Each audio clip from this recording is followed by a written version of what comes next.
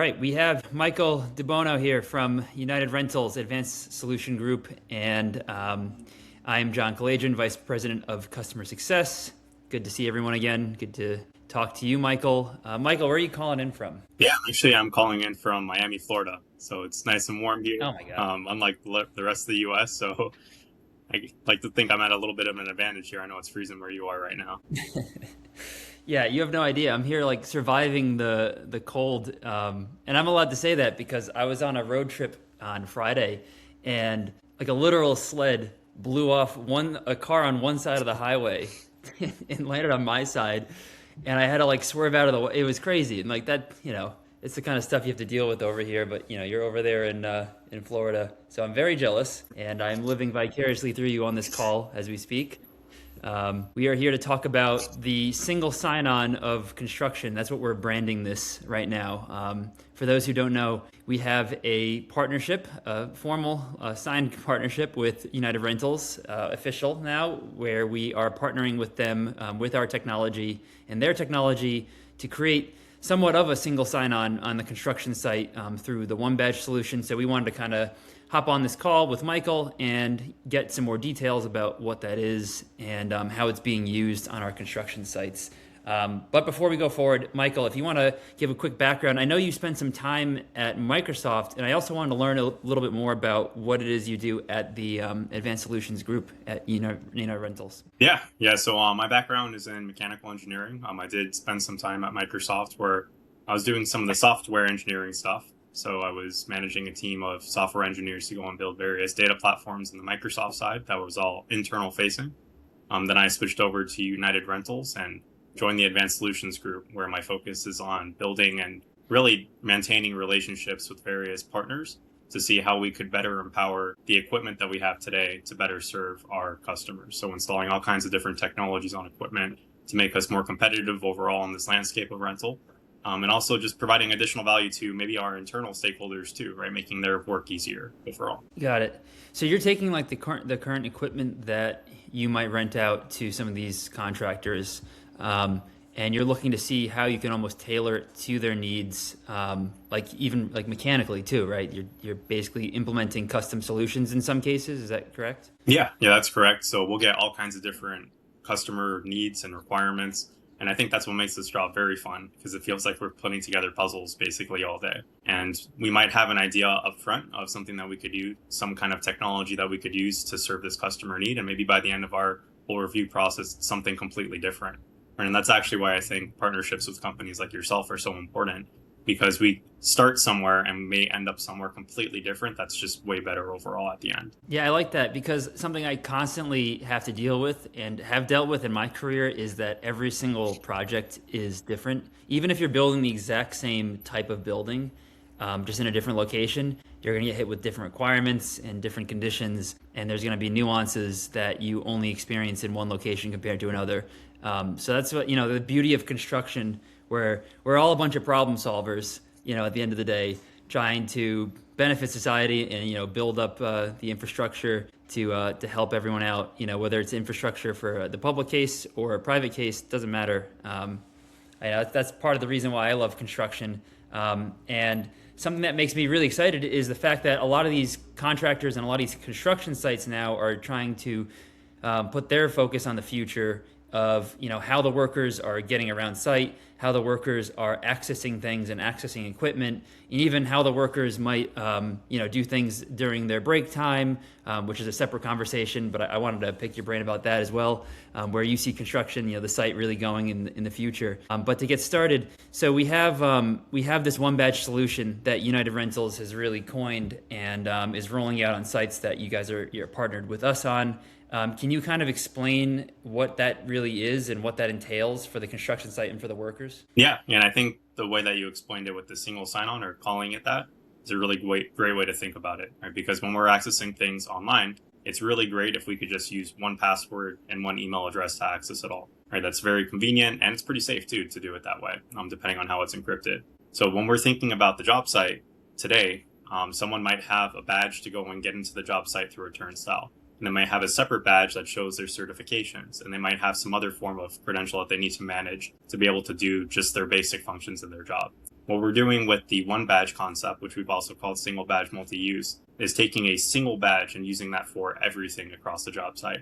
So I take my Kwant badge, I use that Kwant badge to go in through a turnstile, and then I use that same badge to go and access a piece of equipment that's on rent. So if I need to take a UTV or a forklift or anything, I could scan that same badge against it, authenticate, and then go ahead and do my job. I don't have to worry about memorizing some PIN code or having to manage multiple keys to go and access something anymore. It's all just consolidated into that one badge.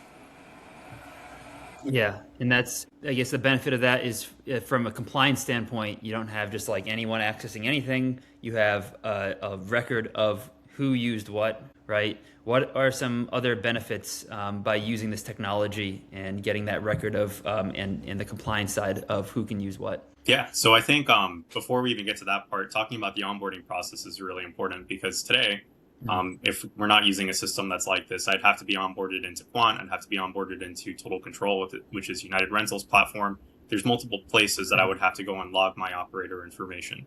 Whereas with the OneBadge system, you onboard through Kwant, and now your data is automatically into Total Control when you sign off on that.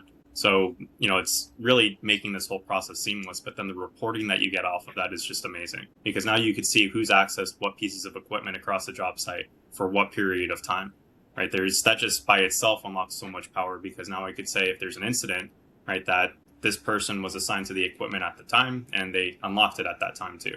So it really helps from that perspective, from a safety preventative kind of perspective. But also if we wanted to tie it to safety credentials, right? Let's say that only certain operators should have access to the equipment because they have credentials to operate it. Well, now we could just grant that access to them, right? It's not like someone just hands them the keys and expects them to manage it safely, right? Now you're putting an electronic stop on it that requires them to essentially sign on to use that equipment. So it just makes it overall safer from that perspective.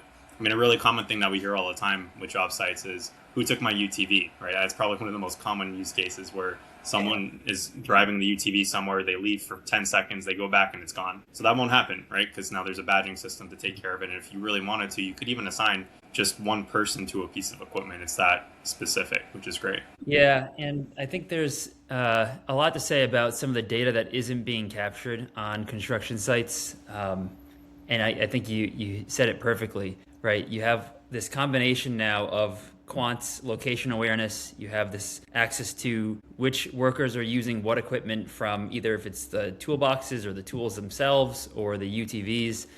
And you have all this, everything's being consolidated now into one place. And it's a seamless integration between the two. And I use this term a lot as well. It's like what can be measured can be improved. And I love that saying because it's true. In construction, you have so much data that isn't being captured, isn't being measured, and what are you benchmarking it off of? A lot of the time, it's just like how long it takes for the project to be built. Which there's so many variables that are at play with that one stat or with that one metric, or the amount of hours that workers are on site. I mean, what are they doing during those hours, and how can you make it more efficient and more productive? And really tying in the equipment that's being used, because obviously every site really has a lot of equipment that's involved in it. Obviously, from the heavy construction side to even just the renovations. And then the workers' locations and how can they move throughout the site more efficiently. All of that coming into one place.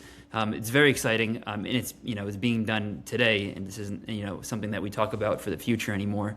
But something I did want to dive a little bit deeper on. It's something that I got a close up and a sneak preview at was the smart toolboxes. I think the gang boxes that allow you to unlock them with the Kwant badge.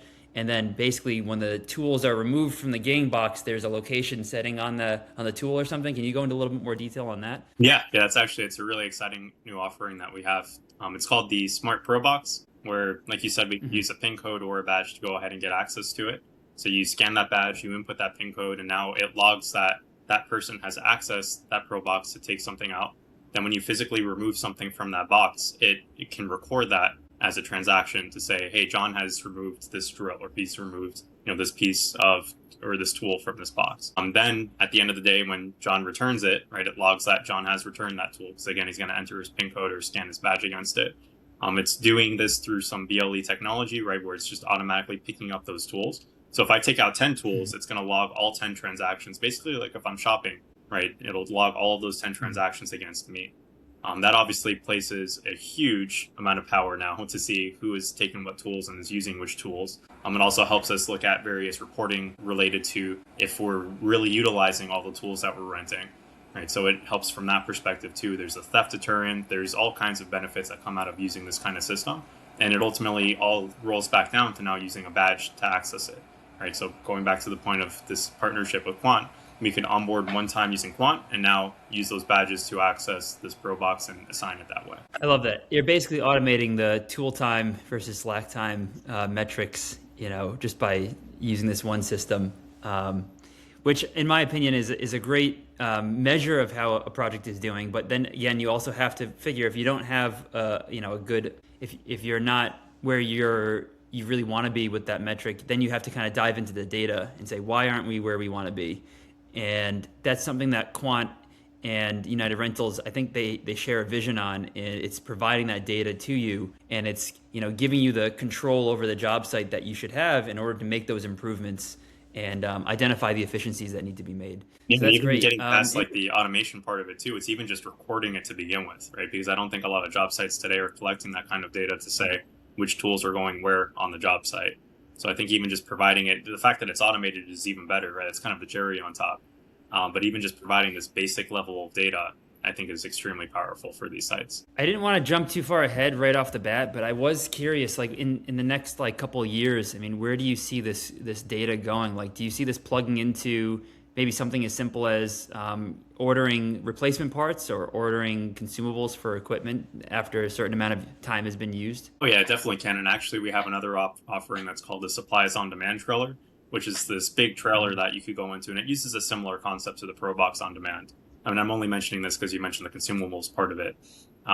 With this Supplies on Demand trailer, you could use that badge or PIN code to go into it, and now you're shopping for real, right? You're looking for consumables. Typically, that's what will happen inside of these trailers. It's unmanned, so there's no one in there directing you to go and take things or logging you, which is how it was typically done now, where there's someone physically there in a trailer marking down what each person is taking out. This is all done automatically when you log in with your badge or with your PIN code. So it's not even to get too detailed into it, but I think the science behind some of this is pretty interesting. It actually takes into account if there's multiple people in there by looking at their skeletal structures through these cameras that are inside of it.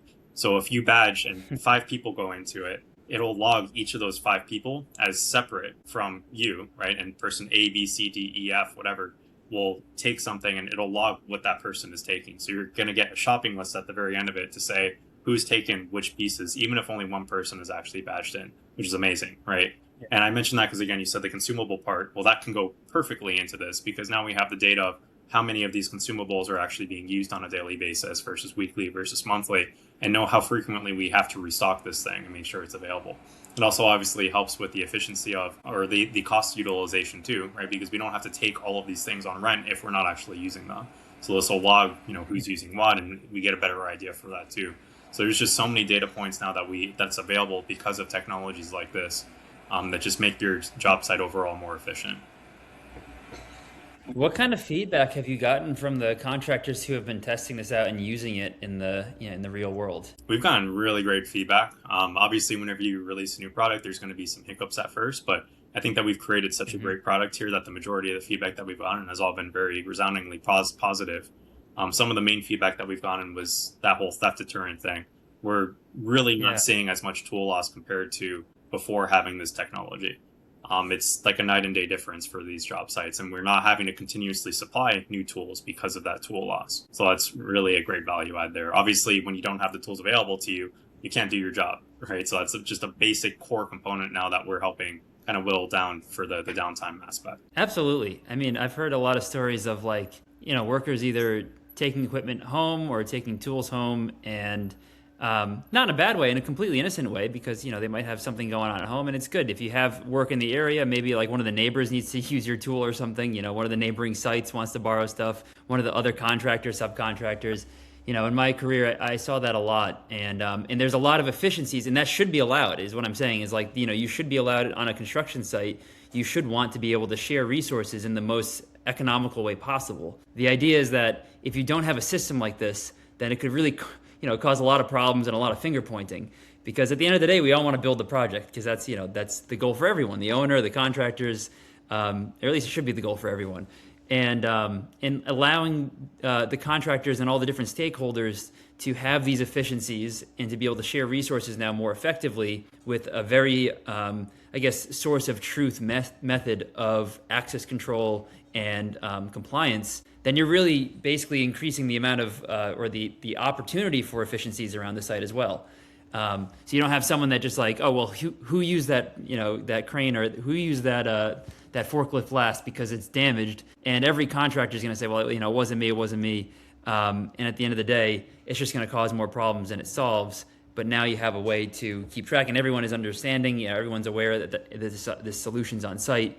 So I mean, personally, I wish that this existed when I was, doing my construction management, that portion of my career, because this data alone would have been tremendous for us to use from an owner standpoint, which is where I really come from. Yeah, and the safety perspective of it too is just massive, because now, before it's kind of a trust method, right? That only the people who have the right certifications are going to be accessing something. Now they physically can't access it unless you've granted that access based off of some safety credential. So I think that's a really, really big part of it, because obviously, like you said, everyone wants to do their job, but we also need to make sure we're doing that job safely. And this really forces that at the equipment level. Yeah. And I know that there's a lot of hype right now around, I mean, with AI has been a tremendous tool, especially in construction, because the sole purpose, as you know, like AI takes a lot of unstructured data and is really good at structuring it. Things that would take like you and me a long time if we were going through a spreadsheet line by line and taking one number and making it something else, and then maybe a different number that's not exact. So you can't just write a quick script to do it. AI is great at doing that. And in construction, obviously, you have a lot of unstructured data across job sites, and that's that's a great tool for all these documents, because there's thousands and thousands of documents on construction sites, and there's whole companies that have been made specifically at trying to parse through all these thousands and thousands of documents. So to your point, how is a project team or a construction manager or a contractor supposed to keep up with thousands of pages of documents while also knowing what's going on site and having eyes and ears everywhere to enforce those thousands of pages of documents, even if you could memorize everything, right? Yeah. Like I read a lot, you probably read a lot. You can't memorize everything you read, and then to be out on site to be able to enforce that and see everything, it's nearly impossible. So from a compliance perspective, it's like night and day with compliance. You're basically forcing a site to be compliant, whether they like it or not, and they have to like actively break a rule or break the compliance or the specifications on site in order to do something they're not supposed to do. So from an insurance perspective, have you had a lot of instances or any instances where insurance would drop, or can you see that happening on your job sites where insurance would be discounted because of the system being in place? Yeah, I mean, that anything that you could do to reduce risk on a site, I mean, that's gold, right? Especially for all the stakeholders. You don't want to have to deal with any safety related incidents. Everyone's goal should be to go home safely at the end of every day. And sometimes I notice with Kwant, you have a lot of restricted areas that can be set up from our location awareness feature. And it's to benefit everyone. A worker walks in the area and you have a badge on with Bluetooth capabilities that will, if they cross a certain barrier, send them a text message that warns them they're in an unsafe area. And I think that's a massive tool for a worker, just like if they were going to swipe through a turnstile, or if they were going to access a piece of equipment or machinery that they're not supposed to use, and they're being pressured, to get something done. At least, there's that barrier that prevents them from using something they're not fully trained on, and that's really protecting the worker, and that's a great case from a safety perspective. At a main goal around the job site is that everyone goes home at the end of every day the same way that they showed up. So I think that having those barriers, those like strict barriers in place that physically prevent them from using things, I think that's a great solution. Yeah, I think it also really alleviates that pressure, like you said, on that worker, because if they are pushed to do something and they don't have access to it, well, I mean, sorry, I just don't have the access, right? Like now it removes that level of the pressure of maybe I should do this because I'm being asked to do it versus I shouldn't do it because I don't have the right credentials to do so. So I think that really helps with that too. Exactly. From a safety perspective, I think just like, remember, removing the risk altogether is the best thing you could possibly do. Just like, get rid of it. So preventing them from even being able to turn the equipment on is a great example of that. So, it doesn't get used in the first place. But I wanted to ask you about some of the adoption on site from the GCs. I know you said it's been a great response from them, but has there been any sort of a barrier to adoption from a cost or a complexity standpoint on this solution? Because it seems like a Yeah. no-brainer to have everywhere, honestly. Yeah. I think ultimately it does require somewhat of a habit change at a job site, because now it's not like I just hand a pair of keys to someone or put it inside of a room somewhere for someone to go and grab. So there are habits that need to change, and operationally there's some changes there too. I think that it does simplify the onboarding process significantly to if we don't use the Kwant badges, right? Because that really just being able to use everything that's available through Kwant, because they're going through the onboarding of Kwant anyways to get onto the job site. Just having that automatically available and total control, which is again the United Rentals platform of assigning things and putting things on rent.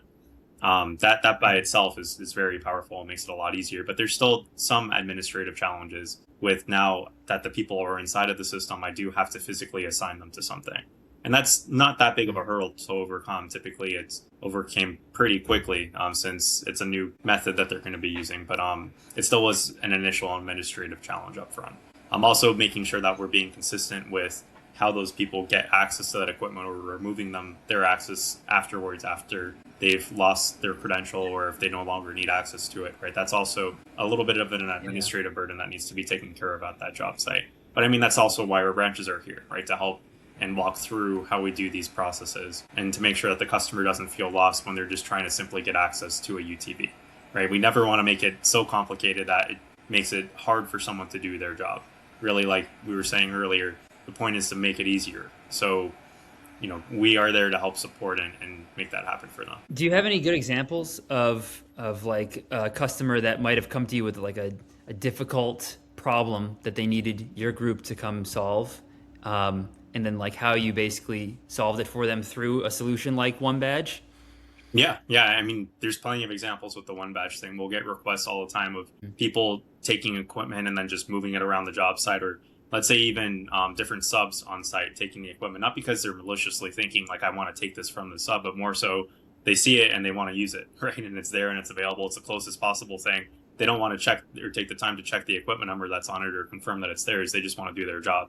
So they might take it and just move it somewhere else. So there's plenty of examples that we have of us now preventing that, because it's only granted access to a subset of people, right? And only those people are allowed to access it. And I mean, even in parallel with the access or the location access control through Kwant, right? We can limit who has access to different parts of the job site through Kwant. And then when they're in that part of the job site, they now have limited access to the equipment that's at that job site too. So, I mean, just the synergy there is great, right? If there's one word that I had to use to describe really the power of this type of program that we have set up with you, it's definitely got to be the synergy part, because it's just easy. We use that one badge to get into the spot that we need to go, and then we use that same badge for that piece of equipment that we need to do our job. Does all the equipment, is it coming out right now standard with these keypads and the badge readers on them that you send out to job sites, or is it as separate, like after the fact? And there's no issues with having it on when someone isn't using it right up at first. Like say like the project just starts and they don't want to set it up right at the very beginning. I don't want to call it a fail safe, but there's ways to kind of go around the badge reader, either with a pin, right? If you have a pin number, or if you just want to avoid it altogether, you can disconnect it from the equipment while it's still attached. Yeah. So the pin code will be on it.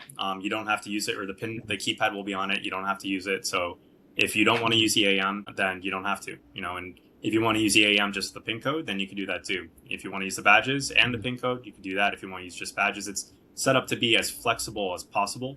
So that way it's really what the customer wants and needs, not what United Rentals is telling them to do. Right. So technically speaking, if you could basically have a project that comes out, everything gets kind of set up, the equipment's put in place, they're onboarded with Kwant, things are going great, the site is ramping up, and then over the weekend they make a decision that they just want to start rolling out with the OneBadge moving forward on Monday for some reason, and they see some issues on site and they just want to start doing it. All the equipment has the badge readers on it. Is that possible for you to go from Friday, assuming that everything from a hardware perspective is in place? Can we go from a Friday to a Monday and just flip the switch and have badge readers in place and compliance in place and in check? Yeah, it's really set up to be that easy. I mean, if we need to do that, granted, it's over the weekend, right? So we would prefer if it was during the weekday instead. But if they do need to set this up, Monday to Thursday. yeah, Monday to Thursday, ideal. This is the prime time. Yeah.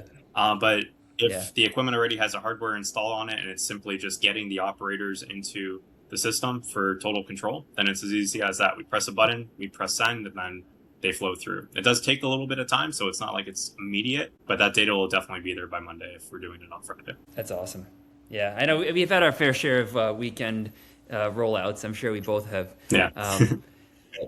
And you got to keep whatever it takes to keep the construction moving, to keep the builders building. That's really what it's all about. And so if it's a weekend or if it's a weekday, it doesn't really, or if it's overnight, you got to make it happen. Yeah. But that's awesome. So this is really just a hardware dependent system that once it's in place, you can flip a switch from a software perspective with this integration now, have the credentials in place. It's really, I think that's a really great feature for contractors to take advantage of. Yeah, and there are still some specific things we need to clarify too. So if there's cellular reception, for example, obviously for the equipment to be able to receive the feedback of who gets access, it needs to have some kind of connection to the internet to get that. So there are some little nuances that we need to take care of, but for the most part, our team can support that and go ahead and get that out there. Yeah, there's also other side things that you could do too. So if the badges are needed, right? But you ultimately just need some way to protect that equipment for a period of time while we're getting the badges in there, you could use the PIN codes instead, right? And that's an immediate fix. That doesn't even need us to do anything on our side. That's you go into the system now, you type a PIN code that you want and press go, and that's it. So, I mean, even to make it even simpler, right? If you wanted to administrate just PIN codes up front, you can, and then switch to the badges afterwards. So they can be kind of mix and match, and when things get integrated and how they get integrated, at the end of the day, if that's the goal of the contractor, you can get things implemented in a matter of a very short amount of time. So that's good for a contractor. So I want to try to pivot now to the future. Let's look 5 years out. And I know you were talking about cellular reception being a big part of it. I mean, everywhere we go, we have cellular reception. I think a lot of people might not understand that some of these massive sites, though, that are located in the middle of nowhere almost, that they just need hundreds of acres of land, might not have the best cellular coverage. In the next 5 years, so you want to maybe improve on that. What else would you want to see being transformed or improved, and taking advanced to the next level with this technology? Yeah, I think just the fleet penetration. So having this more readily available on our fleet. So that way, if a customer wants it, it's already there. That's a very big thing. Mm-hmm. Obviously, like I said, we already have a pretty large penetration of this type of device installed on equipment, but it's not 100%. So the more that we can get out there, the better. The connectivity thing that you just mentioned too is a really big one, because without that connectivity, it's pretty hard to get that stuff directly onto the equipment. So having that, I'd say the accessibility to the cards themselves and printers at the job sites, it's a really big thing as well. But because we're partnered with you, when they're doing that onboarding process and getting those badges, it's already there, so they get access to that, and that kind of marks that box off. I think those are probably the biggest ones in terms of the accessibility that we've seen for this type of stuff. I'd say maybe also the integration onto other types of equipment is a big thing, because not all equipment is necessarily compatible with these keypads at this time. But I think something else that we didn't really talk about as much that I can mention is that the keypads are just one aspect of this, right? This is a telematics device that's granting access control to something, but depending on the type of equipment, we could also get CAN information. So we could also see battery life. We could see utilization from that perspective. We could see tilt on the equipment if it's there. So that's one portion that you get the access control, sure. But now you get to see all of these other metrics with it too. You can see GPS data, so you could see where the equipment is on the job site, where the equipment has been. You can see how it's traveled throughout the job site. So there's all sorts of other metrics and data points that we get access to by having this kind of keypad and this system installed on the equipment. Yeah, you kind of read my mind in where I was going with this, because I have to ask this, and I mean, you don't have to go into too much detail, but can this data be used to train robotics and robots, for construction sites? Because you need to train these robots before they go out there. So can you take the data captured from some of the equipment that's being used for projects and then eventually use that to train robots in the future? I think it can. I think that in the current state of robotics, there's very specific things that need to be in place for machine learning to work. And I think that functions of this data can apply towards that. But I also know that with robotics, because it needs that very hyper-specific type of training, it might not be a one-to-one, so to speak. But I mean, location data and that kind of thing, that's all very generic and can be shared very easily. I mean, if you wanted to see just from like, let's say an autonomous fork or something moving from one point to another point. That's all just location data, right? So you could use that to train some robotic equipment to say, yeah, this is the permissible zone that you're going to be moving in, and these are the general movements that you make within that zone. That could definitely all be traded off into that. Yeah, I'm excited, honestly, for that element of construction to start, being explored, and it is obviously right now. We're experiencing with the boom of data center construction specifically, but just infrastructure not slowing down in general, like ever really, just really rapidly expanding as civilization advances, right? We have what we're noticing as a workforce shortage, especially when you have these projects in the middle of the country where there might not be large cities close by or skilled craftsmen readily accessible and close by. And so then safety becomes even more important, because a lot of times the contractor might be forced to fly in or bring in workers from outside that aren't local. But if you do have a local workforce, you want to make sure they're skilled and trained, and to ramp up a job site to 10,000 people, in the middle of, somewhere in Texas, for example, you're not going to have that capability and those resources, readily accessible. So from a compliance and a safety standpoint, it actually makes it more difficult, I would say, right? Because you might have a job site that has a pretty wide breadth of individuals working on it from different parts of the country that aren't familiar with that local region and with those, the tools and everything that are in place in maybe that one region. So having something like this in place could also help you with that issue, right? Yeah, and I think just robotics and construction in general is so interesting of a concept, because typically when you design something to be a robotic system, it's to serve some kind of easily repeatable task, right? It's something that's going to be happening over and over and over again, and therefore let's use a robot instead, because it might make it easier, it might make it safer, all of that.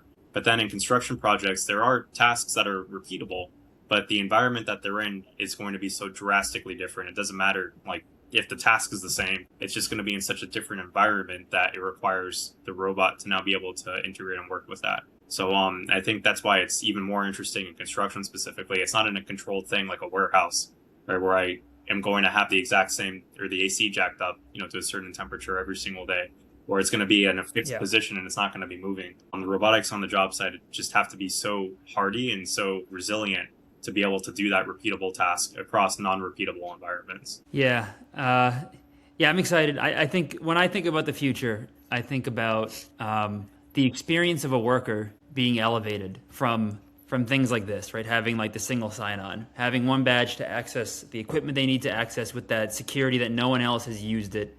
And then on top of that, other benefits on site, or like other amenities that are on site. Like, Neeron and I joke a lot, but we're kind of serious. There should be like a barbershop on site or a gym on site, things like that, or like a lunch tent that allows you to have like lunch boxes, or like you can get points for lunch boxes and stuff. And there's contractors that love that that idea, that want to implement that, but there's no system in place or an infrastructure in place in order to allow that. And what your focus is with the OneBadge solution and that rollout and the single badge multi-use, I think that's really what I would be excited about in the future. But what is it that excites you the most, I guess I can say, in the future of a construction site that you want to see expanded on from a worker standpoint and from a machinery standpoint? Yeah. I mean, just to harp on the robotics part of it, I think that's one of the most exciting things, because there's so many hyper dangerous jobs that are there that don't need to be replaced, but need to be helped, right? They need the assistance from a robotic system to make it just safer for them, because we want people to be able to go home. So I think that from that perspective, that's just super exciting, seeing everything that's coming out at some of these conferences like ConExpo, CES, seeing these technologies that are growing, and they're not completely there yet, but they're coming close, right? They're really developing these systems that are just going to make things so much safer for people on site. I think that's a really big one. Right. And talking to the people side of it as well, using a system like Kwant, I think, is great for these job sites, because you're able to really see who's where at the job site at any point in time, right? And from that safety perspective too, if someone is in the wrong location, right, maybe they didn't mean to do that, but it's an action that could be corrected now, because we have the ability to go ahead and track that. So I think it's really great from a preventative standpoint And moving forward, I'm sure it's just going to get even better, right? We're going to be able to not only just see or maybe just increase the accuracy, right, at how we see people across the job site and creating that universal hub for people to go to with their badges to maybe access other things besides the equipment. I think that'll be really powerful too. Yeah, actually, I've been personally involved in situations where I don't know if I'm supposed to be in a certain area on site. Where there's a lot of instances where there's testing. In certain environments, there might be open holes or risks of something falling from above.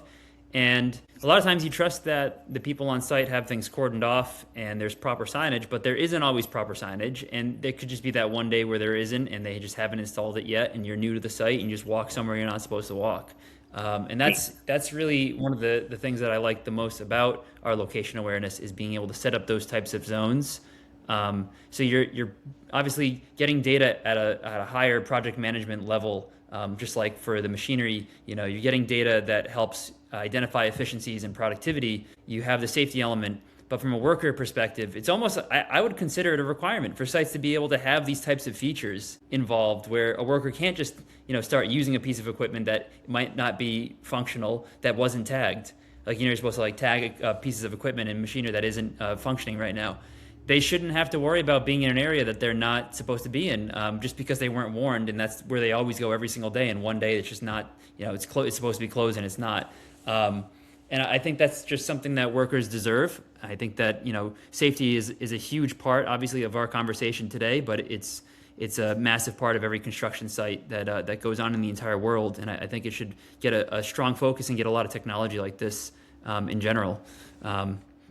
Yeah, I've been yelled at so many times just, because I didn't know that I wasn't supposed to be somewhere because of that signage thing. So for your solution to be able to tag for things like that, it's just really helpful. And it's funny because I've also been the one who's been yelled at people for being in the wrong spot. It's the nature of what it is, and you're just concerned about their safety. You obviously don't want anyone getting injured, but it's just that's construction, and I'm glad to see the industry kind of moving and shifting into the right direction. But with that, I have a closing rapid fire round that I just wanted to throw at you.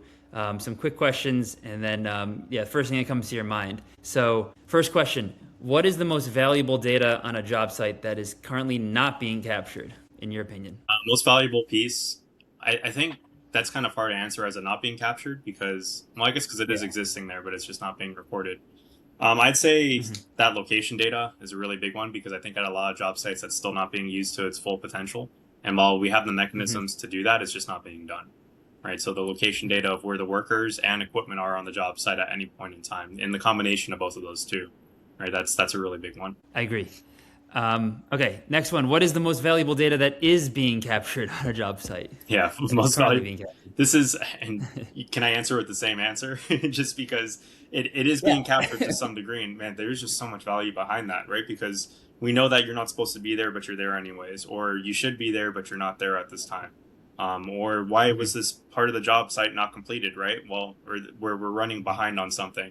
Now we could see why, because the equipment was never there, or it was never being operated within that location, or that location data is just so powerful to have for so many reasons. Next one, I kind of like this one. It might not be a quick, short question answer response, but I'm curious to see what your thoughts are. The future of security compliance and productivity. Do you think it comes from biometrics, or do you think the smart badges are going to be around for a while too, like facial recognition or the Bluetooth badges? Yeah, I think the smart badges are going to be around for a while just because they're here and they're easy to use. But I think biometrics are probably the future because they're even easier to use when that system has been set up. It does require the administrative work to go ahead and get it there, but when you have biometrics up and ready, it's just a lot easier to get more accurate data because you can't fake someone's face, you can't fake someone's fingerprint, whereas you can just hand someone their badge. So this really helps with spoofing from that perspective, and that's why I think biometrics is probably going to be the future, but it might take some time to get there. Yeah, I like that because that reminds me of a conversation we were having with one of our customers where they were trying to figure out what solution they wanted to use. And we were thinking like, well, you could put a hard hat tag on your hard hat. You have the badge, but you can put that in your wallet just in case you want to, bring it home with you and stuff. And then you're like, you can put it on your boots because you have to wear your boots. And then we were thinking, well, we could use facial recognition because we offer that. and you can't forget your face at home, It's like, and then it's like, oh yeah, it's true. It's a good point. Like the one thing you have to come, even if you forget your hard hat, you can forget your boots, all this stuff. Technically, you have to have a to get on the job site. So yeah, if you don't have a face, biometrics then you're not allowed on the job you site. got a bigger issue. Yeah. Put that in big writings on a poster. Yeah. Last question. Most critical data point on a job site. So who is there and what are they doing? You mean what's the better one out of the two? Yeah, like which one? Like who is there or what are they doing? I'd say what are they doing? Only because even if it's someone that's not supposed to be there, that's there, you want to know what they're doing. Mm-hmm. Why are they there? So even Yeah. if you know who's there, right? I think that's still obviously valuable to have, but you really want to know what they're doing on that site. Mm-hmm. And I think systems with their equipment access management, the ProBox on demand, all those things are created with that in mind. So that way, not only who is there, but also, what are they doing with that type of equipment? Right, exactly. I think, I guess I'd have to agree with that. I think that who is there has always been a part of construction. You have like the timesheets, and then you rely on maybe some after the fact information, maybe from a foreman or something. Then you get the breakdown of who was there, but maybe you can't really confirm it until a month later when the certified payroll comes in. And you say, well, that person wasn't actually there, right? So what are they doing is something that's the key information that's like decision making that bases decision making off of it. So I agree with you there as well. Nice. All right. Thank you for your responses. Thank you for taking the time. I mean, this is like a holiday special this week, a holiday week, a holiday month. So really appreciate your time here, Michael, and all the insights that you provided from United Rentals. We obviously cherish our partnership as much as well. We love that the technology that you guys and the vision that you have with your technology as well. You guys are very forward thinking. I love every conversation that we have during our meetings and the projects that we're rolled out on together, obviously. And I look forward to what the future holds for both of us. Yeah. Thank you for having me on. It's a really great partnership that we have set up with you. And, you provide such valuable data to your customers. It only makes sense that we combine and provide even more valuable data to our joint customers here. So thank you for inviting me on to this. It was really great to be able to talk about some of this stuff. Absolutely. And I'll have to come down and visit you in Miami, probably soon with how the weather has been up here. So if you don't mind. Yeah. There's no blizzards here. So it's all good. Very jealous. Awesome.